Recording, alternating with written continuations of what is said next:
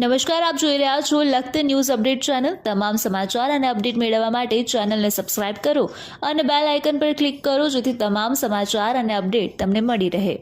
લખતરના મફતિયાપરા વિસ્તારમાં છેલ્લા 8 દિવસથી પાણી આવતું નહીં હોવાથી મહિલાઓ રોષે ભરાઈ। ચૂંટણી સમયે દારૂ ભજીયાની મહેફિલ કરાવતા નેતાઓ ચૂંટણી પૂરી થઈ ગયા પછી એસીમાં નવી ચૂંટણી સુધી આરામ કરવા જતા રહે છે તેમ રોષપૂર્વક જણાવવામાં આવ્યું। લખતર ગામના ફૂલાઈન નીચેના લોકોને પોતાના ઘરના ઘર મળે અને લોકો પોતાના ઘરમાં રહેવા જાય તે માટે સરકાર દ્વારા મફતિયાપરા તરીકે વિસ્તાર બનાવી જરૂરિયાતમંદોને ત્યાં વસાવ્યા છે। મફતિયાપરામાં રહેતી મહિલાઓએ જણાવ્યું હતું કે સરકાર અને સ્થાનિક નેતાઓ તેમને મફતિયાપરામાં રહેવા મોકલી નિરાધાર અવસ્થામાં મોકલી દીધા છે।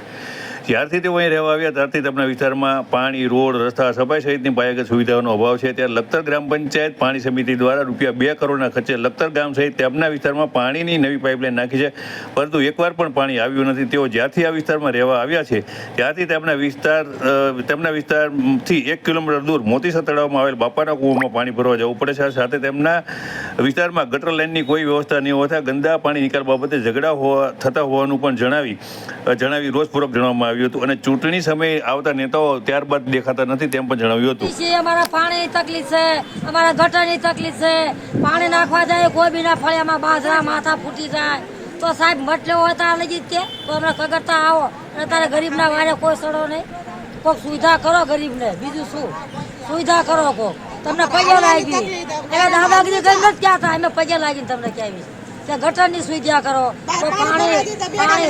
પાણી સુવિધા કરો। અમે 5 વર્ષ ત્યાં ફરામાં આવ્યા છીએ, વેચાતું પાણી અમે પીવી છીએ લો તો સુવિધા કરો તમારા હારા પડતા બાપા પગે લાગી। અમારે સાહેબ પાણીની તકલીફ છે, નળની તકલીફ છે, ગટરની તો ફૂલ, વરસાદની તો અમારે અત્યારે જોઈ છે ગટર અને પાણી અમારે તો આવતું જ ના હાવ પાણી હાવ એટલે હાવ ના તો અહીંથી તલે જઈ વરસાદનું મરચા જવાનું।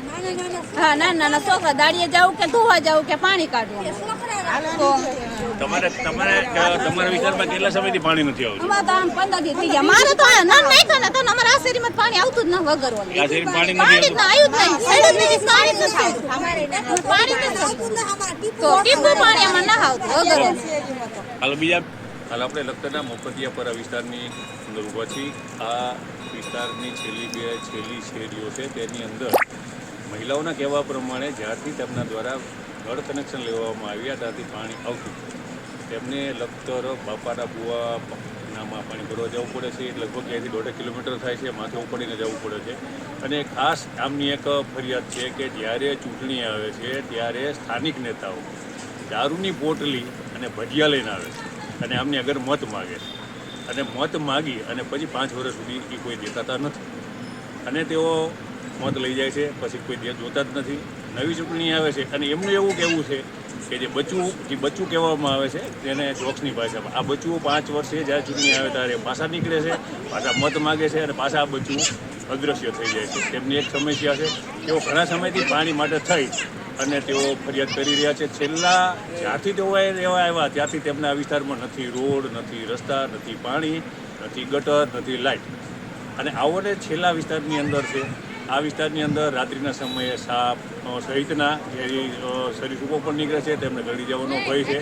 પણ લખતરના જે સ્થાનિક નેતાઓ છે તે ગાંધીનગર સુધી હોદ્દાઓ લઈને બેઠા છે, તેમ છતાં તેઓને આ મતદારોની, આ નાના બાળકોની કોઈ પીડિત નથી, ફક્ત મત લેવા માટે જ આવે છે, મિટિંગો કરે છે, મસ્ત મજાના ભોજન કરે છે, એસીની ગાડીઓમાં ફરે છે, પણ તેમને મતદારની કોઈ પેઢી નથી, ફક્ત ને ફક્ત મતની જ પેઢી છે। આ લોકોના મત લઈ જાય છે, તેઓ મત લઈને જતા રહે છે, પછી ક્યારે દેખાતા નથી, નવી ચૂંટણી આવે ત્યારે દેખાય છે, તેવી અમની ફરિયાદ છે।